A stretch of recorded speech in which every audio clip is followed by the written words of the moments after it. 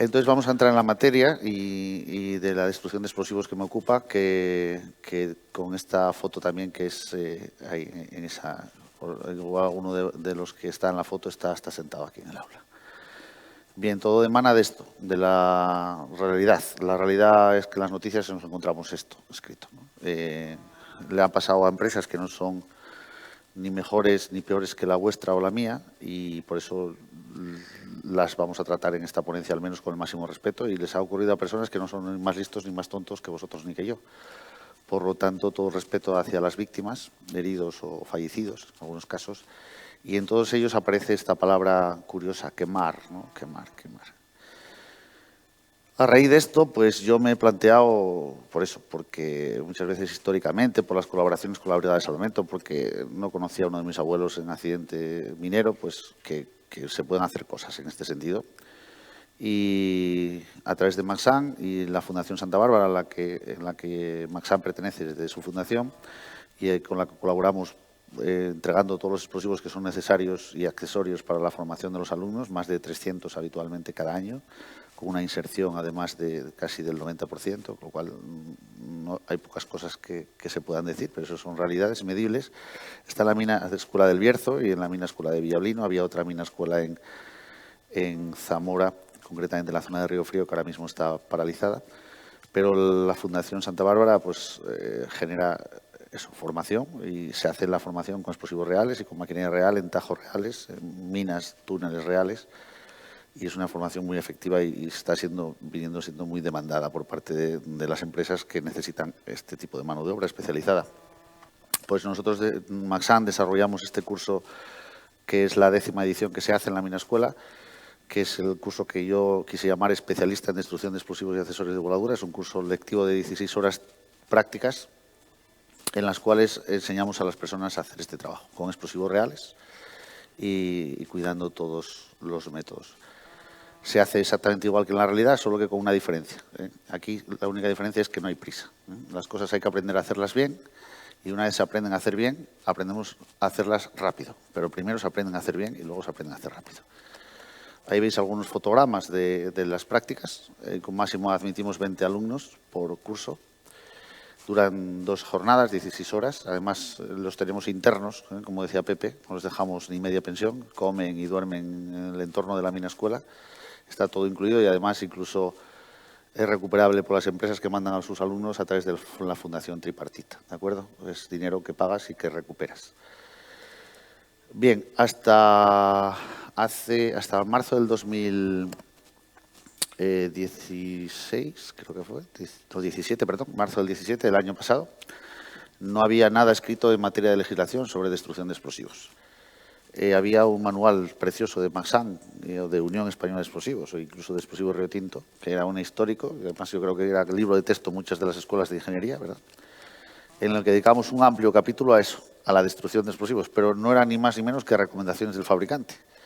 Hoy ya tenemos una ley, está en estas ITCs que veis ahí, que no vamos a leer, que simplemente que sepáis que son estas que se indica aquí, que fueron aprobadas en marzo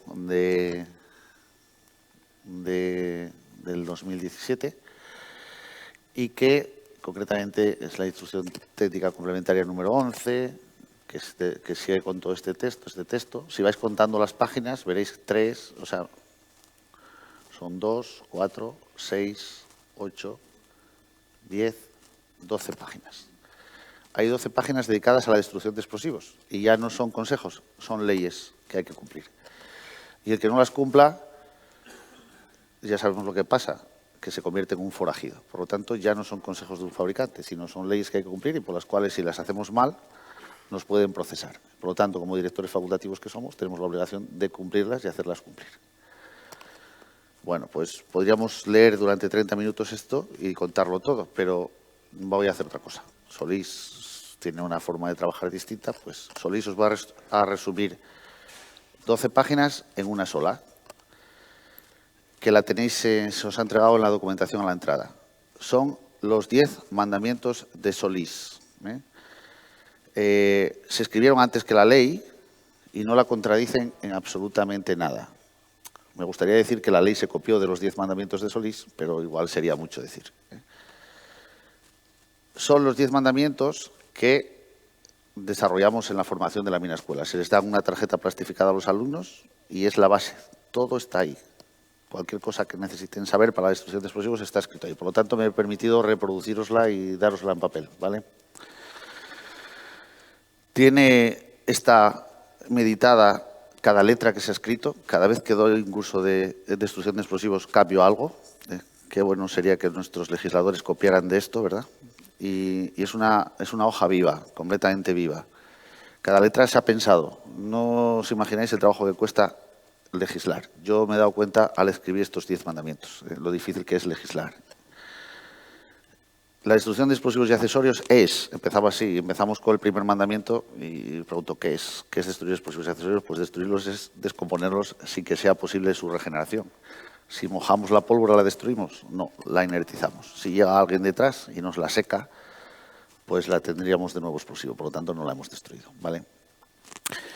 Bien, es una operación excepcional, es decir, eso es la Mina Escuela, el centro donde hacemos las operaciones, concretamente el desarrollo del área subterránea. Si en esa Mina Escuela que se dispara todos los días, en todos esos días del PES, se hace una destrucción de explosivos, algo estamos haciendo mal. La destrucción de explosivos es una operación excepcional. Excepcional significa que debe hacerse excepcionalmente, no habitual, ¿de acuerdo? Es una operación costosa. El explosivo que destruís en vuestros tajos os lo cobramos. Maxam no os lo perdona, os lo cobra. Me decía una vez una persona que se accidentó con explosivos, destruyéndolos, decía, es que yo no compro explosivos a Maxam para que cuando los queme detonen. Me dijo esa frase, ¿no? Con una herida fuerte. Y yo le contesté la siguiente frase, le dije, es que Maxam no te vende explosivos para que los quemes, te los vende para que los uses y no para que los destruyas, ¿no? Bien, es una operación lenta. La última destrucción que hicimos en Carbonar, que fue hace menos de un mes aquí en Asturias, destruimos unos 150 kilos de explosivo y unos otros tantos detonadores. Éramos 5 personas y empezamos a las 9 de la mañana y terminamos a las 12 del mediodía. Pero lo hicimos bien, cumpliendo los mandamientos. Es una operación cuidadosa, que no está exenta de riesgos. Siempre que puedas, evítala. El primer mandamiento de Solís dice que la mejor destrucción es la que no se hace. Calculando bien las pegas, es curioso llegar a un túnel y que te digan, no, aquí pedimos siempre 1000 kilos todos los días. ¿Cómo 1000 kilos? ¿No has preguntado al relevo de la noche si se ha avanzado bien la pega, si ha perforado la pega siguiente? No, no, pedimos 1000 kilos. Si sobra lo metemos en los polvorines y si nos pasamos de la capacidad de polvorines, pues claro, tenemos que quemarlo. Entonces, ahí falta algo, el cálculo. Hay que almacenar el sobrante, si se puede, y se tiene almacenes adecuados y autorizados. Fue uno de los problemas que trajo la destrucción de explosivos, precisamente el hecho de que la gente prescindió de los depósitos y de distribución por el papeleo y los problemas que generaban. Como consecuencia, convirtió en habitual una operación excepcional. Nunca antes se destruían explosivos porque había un depósito donde guardar lo que sobraba. Al anular los depósitos se había convertido en algo habitual destruir, aunque solo fueran 2 detonadores o medio rollo de cordón. ¿De acuerdo? Y sobre todo repartiendo los explosivos. Es muy curioso. Mira, esa es la Mina Escuela del Bierzo. Esta es el Tajo del Cielo Abierto. Bueno, es curioso que te digan, ayer tuvimos que quemar 4 cajas de dinamita. Y en una voladura de cielo abierto nos sobraron 100 kilos de explosivo y tuvimos que quemar 4 cajas de dinamita. Y digo, ¿solo disparabais con dinamita? Y dice, no, era una voladura de 4000 kilos. ¿Y el resto qué era? Anfo. ¿Y destruiste 4 cajas de dinamita? Reparte el explosivo, por Dios.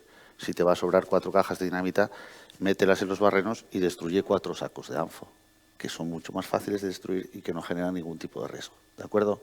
Seamos un poco sensatos. Y la última opción es devolver a origen. Devolver a origen es devolverlo a quien te lo envió. Es un tema complejo y se requiere autorización muchas veces del propio delegado o subdelegado del gobierno para que te puedan incluso abrir los polvorines, ya que tenemos un horario determinado de apertura. ¿De acuerdo?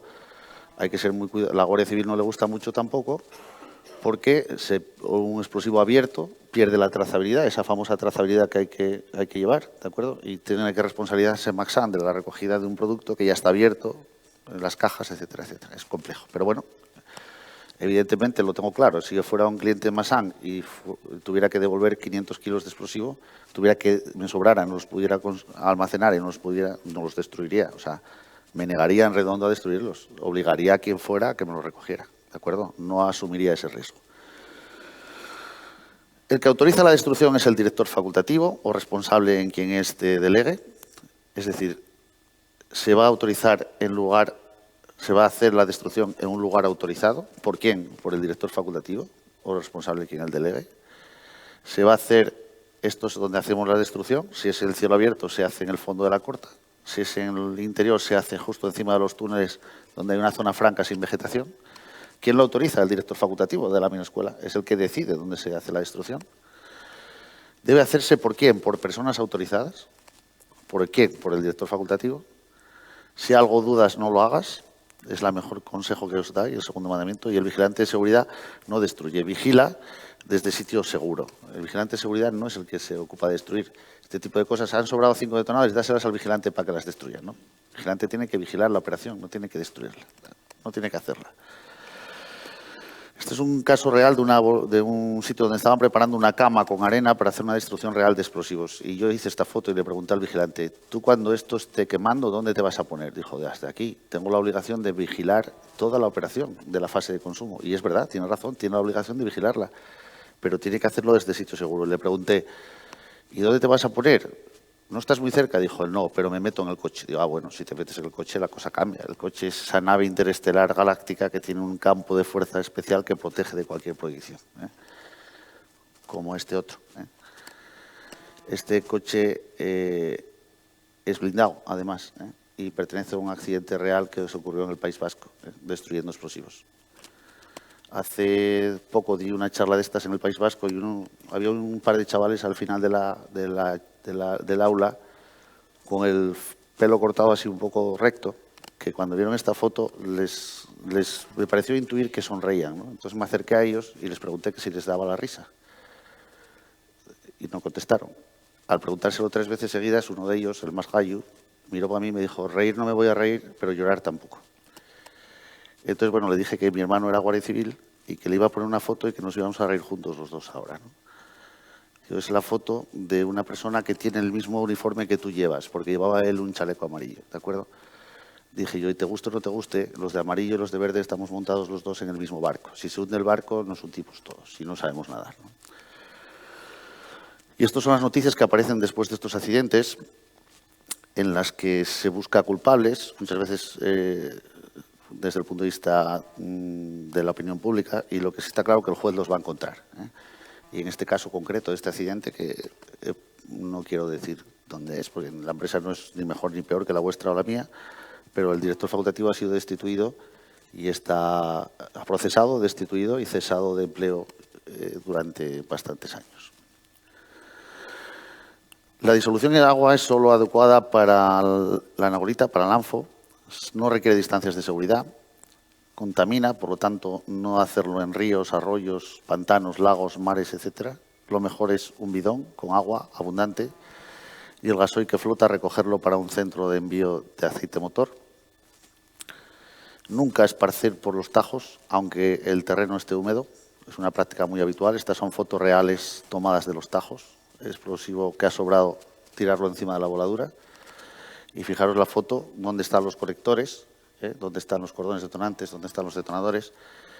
Y fijaros esta voladura. Esta es una foto real de una voladura que yo hice, no voy a decir dónde tampoco, en la que se habían tirado 4 sacos de explosivo encima de la voladura y que detonaron. Supuso 3 millones de pesetas en cristales, la broma.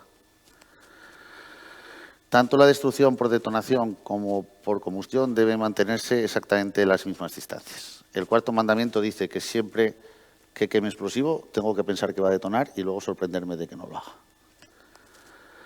Situarse a cubierto de proyecciones. Evitar piedras sueltas en las inmediaciones porque eso generaría proyectiles. Evitar vegetación que nos pueda propagar un incendio. Para ello, una buena práctica es regar alrededor de la cama donde vas a quemar el explosivo y disponer de extintores. Esta fue una de las prácticas que me enseñó un bombero cuando asistieron al curso de destrucción. Los bomberos saben mucho de fuego, saben poco de explosivos, pero mucho de fuego. Y me dijo, si regamos alrededor de la capa, mientras haya agua líquida, la temperatura del fuego no va a pasar de 180 grados. Y es verdad. ¿Sabes por qué lo sé? Porque lo medimos. Cuando las cosas se miden, ya no se dudan, ¿de acuerdo? Estas son las distancias de seguridad que aparecían en el manual de explosivos de siempre y, curiosamente, en la ley aparecen las mismas. Quiere decirse que no sé quién copió a quién, pero es igual. Al final están calculadas en base a la famosa D igual a K por la raíz cúbica de Q. Y en este cuadro se entra por ahí. Se entra a la distancia. Cuando voy a hacer una destrucción de explosivos, no tengo que mirar cuánta cantidad de explosivo tengo que destruir, sino en qué sitio estoy. En función del sitio en el que esté, a la distancia en lo que tenga las casas y las vías de comunicación, es cuando me va a decir qué cantidad de explosivos. Si estoy a 200 metros, este cuadro me dice que no puedo destruir más de 2 kilos de explosivo por cama. El siguiente me dice a qué distancia debo colocar las camas y el último, a dónde me debo colocar yo cuando prenda fuego. ¿De acuerdo? Una ley no escrita que es de Solís y que trato de impregnar directamente a los asistentes en ella, es que cuando quemen explosivo piensen siempre que le han puesto un detonador y que lo vayan a disparar. Eso les hará tomar conciencia de la distancia en la que están sin necesidad de consultar si la distancia en la que están es segura, sin necesidad de consultar la tabla. La destrucción por detonación solo es habitual para detonadores, sean estos del tipo que sean. Está prohibido arrojarlos al fuego, explotan incontroladamente. Hay un antiguo trabajador mío de Vallecas que todavía le operan algún año para sacarle algún casquillo que le queda porque tiraba cajas de detonadores en una destrucción a un bidón ardiendo, hasta que, claro, él contaba pum, pum, pum, pum, pum, pum, pum, dice 500, ya están todos. Se acercaba a tirar la siguiente y, claro, no estaban todos. Realizar mazos de 25 a 30 unidades con un refuerzo, bien a través de un trozo de explosivos o bien mejor incluso a través de unas vueltas de cordón detonante, si lo tuviéramos, un detonador distinto a los del mazo, porque es la única forma de asegurar que todo el explosivo, incluido la carga primaria que está dentro del casquillo portarretardo, detone. ¿De acuerdo? Cortar los cables o tubos para evitar que salgan producidos en la detonación y nos produzca un incendio porque salen quemando. Meter en un hoyo y cubrir con arena fina. Esto en la mina escuela me hace mucha gracia porque les doy a todos un pico y una pala para que hagan el hoyo, para destruir cada uno su mazo de detonadores. Pero claro, en el fondo de la corta, hacer un hoyo en roca es difícil. Pues en el caso de que no haya, es lo mismo hacer un hoyo de 30 centímetros que taparlo con 30 centímetros de arena. Es exactamente lo mismo, o tierra fina. Señalizar el disparo, situarse a cubierto mínimo 100 metros y ahí veis la operación de una destrucción en la mina escuela de un mazo de 25 detonadores con un cordón detonante 6 gramos, que en aquel entonces era de color amarillo, como sabéis ahora es de color rosa. Y fijaros lo fácil que es evitar hasta incluso el propio polvo, simplemente con echarle regar un poco con agua, y ese es el resultado. Nunca debe destruirse explosivos por detonación, salvo por personas muy preparadas para ello y en sitios muy determinados para ello. Esto es una destrucción masiva de explosivos que hicimos con el ejército, que hice. Yo personalmente tuve que liderar en el empecinado en Valladolid, donde destruíamos explosivos por detonación y que constituyó la base de mi trabajo de fin de grado y que Víctor, incluso hay algunos expertos en demoliciones que utilizan cargas al aire libre que las tienen que detonar, utilizan los cálculos que yo hice en este proyecto para calcular la distancia de seguridad a explosiones al aire libre. Lo hicimos colocando, ahí como veis, las cajas eran 25 kilos, colocadas separadas una de otra, lo que decía el cuadro, para que no se ceben una a otra por simpatía. Disparábamos con detonadores de retardo para evitar solapes en la onda aérea y teníamos una distancia de seguridad alrededor de todo el campo militar. Era un campo militar de 7 kilómetros, que eso no abunda en las circunstancias reales. Por lo tanto, destruir por detonación es una locura bajo mi punto de vista. Aunque el reglamento lo recoge, curiosamente, como preferente en algunos casos. Dice que la mejor forma de destruir la navalita es por detonación, preferentemente. Es curioso. Supongo que se refiere a destruirla por detonación dentro de un barreno, porque de la otra forma no me lo explico. Entiendo que las leyes son espíritu, como decía San Agustín, y no literalidad. O al menos yo lo quiero entender así. Bien, esto, como veis, son los impactos de onda aérea que producen las cajas de 25 kilos de explosivos separadas a 60 metros una de otra. A medida que nos acercamos al sensor, veis que la onda de detonación sube y esa forma tan curiosa que tenéis al final es porque en vez de disparar con retardos, disparé una de ellas con micro retardos para que precisamente veáis por qué hay que utilizar retardos en la destrucción por detonación, para que no se solapen las ondas aéreas. ¿De acuerdo? ¿Veis el solape que produce los retardos? Las dinamitas arden bien sobre un lecho de hierba, seca, paja, papel, cartones, temperatura sobre 150 grados, pero si alcanzan la temperatura de explosión, detonan. La temperatura aproximadamente de explosión de los explosivos más sensibles es en torno a 200 grados. ¿Quiere decir que los explosivos detonan a 200 grados? No, quiere decir que Massan somete a todos sus explosivos a un muestreo y a un ensayo, que es ensayo al roce, ensayo al choque y ensayo al aumento de temperatura. Son ensayos normalizados. Massan sube sus explosivos a 200 grados y si no explotan los saca al mercado. No te dice a qué temperatura explotan, simplemente los prueba a 200, que no es poco. Cuando la ley establece que no debemos cargar barrenos a más de 65, lo dice la ITC. Bien, es un accidente real que ocurrió de una mina en una obra donde se estaban quemando 2 cartuchos de explosivo que el responsable decidió quemarlos en una trinchera que había hecho con la voladura anterior y se produjo la detonación. Él dijo, Solís, yo no sé lo que pasó, no oí nada, simplemente me tiró, alguien me empujó por detrás, caí encima del guardia civil. Cuando me levanté y vi todos los coches con los cristales rotos, las piedras cayendo alrededor de mí y miré para el guardia que estaba en el suelo, arrodillado, con la pistola en la mano, sangrando por la frente, entonces sí que empecé a pasar las putas. Nosotros nos reímos, pero ellos no se reían ninguno de los dos, estoy convencido de ello. Él no oyó la onda de detonación porque le rompió los tímpanos. Al guardia civil, sin embargo, no se lo rompió. No sé si era porque era guardia civil o porque el artillero le cortó la onda aérea. Más bien, estaba entre él y la detonación. El fabricante especifica esta temperatura y la contrasta para cada tipo de diferentes explosivos y la colocamos en las famosas hojas de fichas de datos de seguridad, que están en las cajas de los explosivos, están en Internet, etcétera, etcétera.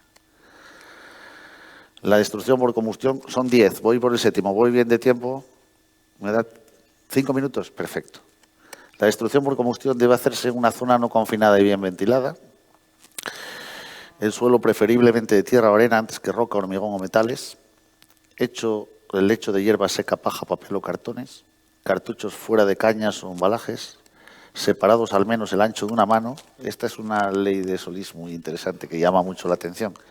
Una de las prácticas que hacemos es disparar un cartucho separado de otro de 1 centímetro, el siguiente a 2 centímetros, el siguiente a 3. Y la gente, los alumnos, se dan cuenta que a partir de 3 centímetros el segundo cartucho no detona. Cuando yo llego al 7º mandamiento y les digo que para destruir tienen que poner los cartuchos separados al menos el ancho de una mano, nadie pregunta por qué. Todo el mundo sabe por qué. ¿De acuerdo? Cartuchos de mayor diámetro divididos longitudinalmente con la herramienta adecuada, cuchillo de material que no produzca chispas. Siempre que puede quemar explosivos piensa que va a detonar. Bien, seguimos. Nunca se deben quemar en el mismo lecho diferentes tipos de explosivos. Evidentemente, las caderas rompen siempre por el eslabón más débil, por lo tanto, camas distintas para diferentes tipos de explosivos. El cordón detonante siempre aparte, bien estirado y troceado, sin nudos, aglomeraciones o cocas. Los hidrogeles y emulsiones, rociarlos con gasoil, nunca con gasolina, porque arden mal, pero ojo con el gasoil. El gasoil eleva la temperatura del fuego 50 grados, no lo olvidemos. No cubrir con cajas vacías. Esto es una cosa curiosa. Una de las cosas que hacen los alumnos es experimentar con el fuego. Les doy un premio especial a aquellos que consigan la mayor temperatura, quemando cosas que tenemos en la voladura, cartones, papeles, etcétera. Y un alumno tiene el récord, consiguió 750 grados. Simplemente creando una chimenea con cajas vacías de papel, creando una chimenea, tapando los fuegos como si fueran tiendas de campaña, se consiguen temperaturas de hasta 750 grados. No utilizar tubos omega, rollos vacíos, hilos de detonadores eléctricos, etcétera, tubos de detonadores no eléctricos, sacos o plásticos de embalaje, echarlos al fuego nunca. Hay aquí alguna persona en esta sala que además vivió directamente accidentes, que me consta, y puedo decir que es amigo mío, y vivió accidentes mortales durante la destrucción de explosivos en el ámbito de su obra. Y en una ocasión, yendo a hablar con las víctimas de los accidentes y con sus familiares, salí a la terraza de mi casa y hice estas fotos, que quiero compartir con vosotros rápidamente. Es una sonda termométrica que utilizamos para medir las temperaturas de los barrenos en la hoguera vasconesa, que perforan al techo de una capa quemada, y algunos barrenos que tienen alta temperatura. Esta sonda, que tiene 30 metros, mide temperaturas. Ese día nevaba en León, había nieve en mi terraza, marca 0 grados. Y el agua hirviendo marca 100. Eso quiere decirse que la sonda funciona. la parrilla que tenemos para hacer los chorizos criollos en casa, un diario de León y una vieja caja de goma que tenía yo ahí casi como pieza de museo, que quería enseñárselo algún día a algún nieto para que recordara cómo eran, pues consideré que era interesante utilizarla por un buen fin, porque estas personas habían tenido el accidente quemando explosivos y habían utilizado estos materiales, las cajas de la dinamita y los papeles del periódico. Y los habían quemado encima de un container de metálico para recoger basura. Vais cogiendo el concepto, ¿no? No sé si lo veis, si no lo veis os lo digo yo, ese termopar marca 180 grados, 184 grados, pero el metal marca 220, 224. Le pedí al alcalde de León prestado un caldero de arena del parque debajo de mi casa y hice lo mismo, pero con arena, y pude ver que la temperatura seguía siendo 180, 190 grados, pero sin embargo la arena estaba a por debajo. Incluso con hierba seca que había en algún tiesto de mi señora esposa, como se lo aconsejaba el manual, también aproveché para medir, da 180, 178, pero la arena está a 146 y a 124. Cuando una cosa la mides ya no tienes que pensar más en ella, simplemente se mide. Ahora hice lo mismo, solo que añadí una cosa más. Añadí el tubo Omega, las cañas que se utilizan en los túneles, que curiosamente también estaban quemando en aquel fuego donde ocurrió el accidente. 212. Unos hilos de unos detonadores y un rollo de hilo que tenía por ahí también por casa, también salieron para que diera un humo muy denso, muy espeso y no respirable. En ese momento salió la vecina y dijo a Solís hay que echarlo de la urbanización, pero me sirvió para daros cuenta que son 215. Un rollo de cordón detonante vacío que utilizaba para recoger los cables de los sensores, también me sirvió para que vierais que daba 233. Y cuando lo que eché fueron tubos de transmisión quemados y viejos conectores SCX detonados, ahí el que me acojoné fui yo, cuando vi que la temperatura que alcanzaba eso cuando ardía era de 475 grados. 498 hasta 500 y pico. Un accidente que ocurrió a un ingeniero asturiano fue desenrollando cordón detonante mientras que se quemaba sobre un lecho de papeles. El fuego llegó a alcanzar el cordón, produjo su detonación y le voló los dos pies. Él estaba pisando cordón detonante en aquel momento. Marco los riesgos, plásticos, flejes. Nunca echar a quemar las cajas de los detonadores. ¿Por qué? Porque siempre puede escaparnos un detonador dentro. Los hilos. ¿Quién quema hilos de cobre en los fuegos? Conozco yo muchos que han pagado la cena de Santa Bárbara con el cobre que han vendido durante todo el año. Tubos Omega sobre todo, y sobre todo, por Dios, que no estén llenos de explosivos ni de cordón detonante, ¿de acuerdo? 9, espacio para encender, para poder llegar al sitio seguro. Que el fuego progrese a ser posible contra el viento, para que no caliente el explosivo, que lo vaya ganando. Señalizar para las personas, acordonar para los vehículos o animales, porque los animales no saben leer. Los vehículos, muchas veces de los vehículos no se ven las señales. Esperar para el retorno al menos media hora. Es una buena media hora para hacer el acta, que es una de las obligaciones que tenemos que hacer, por la destrucción del explosivo. Asegurarme que todo ha sido destruido. Apagar cualquier rescoldo. No quemar en el mismo sitio hasta 24 horas después. Recoger y enterrar las cenizas, ya que en algunos casos son cenizas nocivas, son venenos y saben salados y a los animales les gusta comérselas. Y lo que está haciendo caer a este señor, que está ahí cogido en una caja, no pone Riodín, ni siquiera Goma 2. Pone esas dos palabras que, tristemente, son en la mayor parte de los casos lo que nos lleva precisamente a cometer actos inseguros. Muchas gracias por vuestra atención.